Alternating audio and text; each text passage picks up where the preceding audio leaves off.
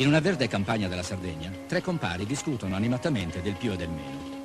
Ad un certo punto, uno di essi, per impressionare gli amici, esclamò: Una volta mi trovavo pastoricando precisamente le parti di Ortelli e stavo camminando così con le mie pecorelle. A un certo punto, una di queste pecorelle me ne sbuca in una specie di stradicciuola che c'era, va a finire in un campo dove c'erano queste cassette, no, dove ci sono questi espi che fanno il miele, no, quella cosa gialla molle molle. A un certo punto uno di questi espi, un espe lavoratore, viene fuori tutto arrabbiato, sembrava una motocicletta.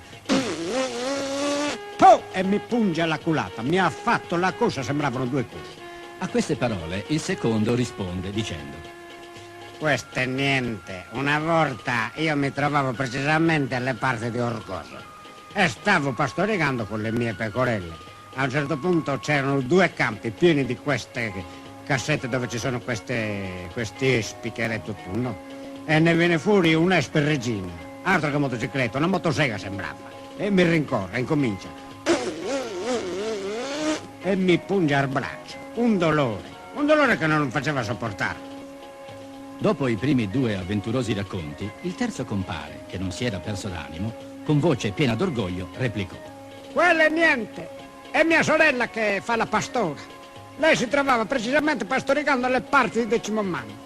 Come stava pastoricando con tutte le sue pecorelle, a un certo punto ne viene fuori questo ape sordato, la punge, caro mio, gli ha fatto una pancia, sembrava un pallone. Dopo 9 mesi è guarita.